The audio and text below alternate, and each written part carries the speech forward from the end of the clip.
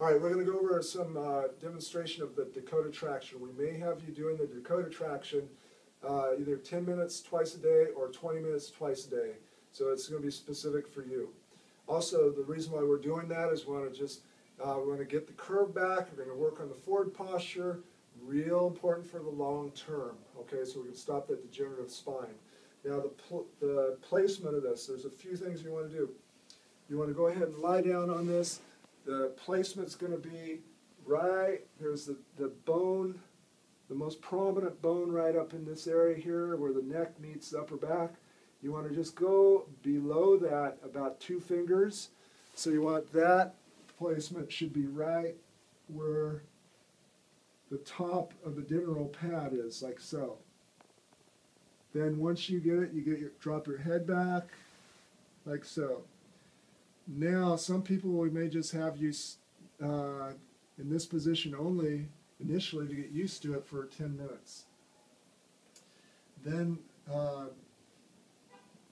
once we start doing the strap here, the first thing you want to do is you want to put the tongue to the roof of your mouth. So you put the tongue to the roof of your mouth behind your front teeth. So it's right where the roof of the mouth meets the teeth, and the reason why we do that is because we want to engage the deep cervical muscles. Think of the deep cervical muscles as your abdominal muscles of your neck.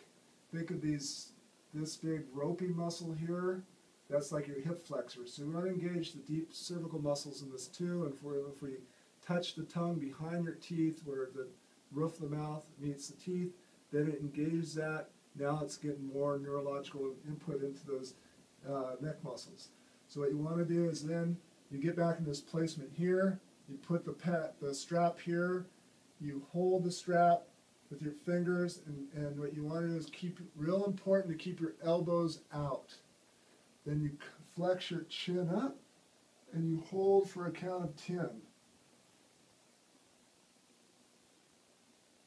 Now you come back and you do not rest. You try to use the back muscles of your neck, and you try to push it back with your neck muscles for a 10 count into the back, as if I'm driving it into that pillow behind me.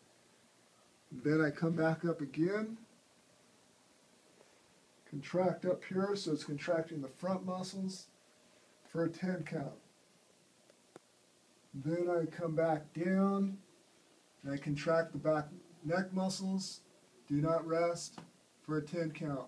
And you do that cycle for 5 to 10 reps. When you finish that, now you let that stretch and do the traction for the remainder 10 minutes or 20 minutes, whichever one we recommend to you. Now, some common faults people do is that when they're coming up, they pull up this way because their neck's so weak, they got to get some assistance of their shoulders and their pecs and their abdominals. But you don't want to do that. You want to isolate, because you do this, it's going to wreck what we're doing. You want to keep your elbows out. Another fault is people will come down, they'll do this one up, contracting for 10 count. They'll come down, they think, oh, I just have to stretch. No, you got to contract the back muscles too, going backwards for a 10 count. Now the other thing is that when you're doing this up and down motion, sometimes this can get too loose of the strap. If that happens, you got to go and tighten it up so you get that little tension as you're going through your traction for 10 to 20 minutes. Now, when you come up off of it, always you're going to release the strap after 10 minutes. You're going to assist your head up off there. Then you're going to turn to your side, roll off, and push up that way. Always come up that way, because your neck muscles and your spine's being molded in an area that hasn't been in for who knows years, and it's going to feel weak at first. Once you come up, if it's a little stiff and sore, just rub out your muscles and move your head side to side, and then wiggle your shoulders around front and back, and typically that'll be good enough and you'll feel fine.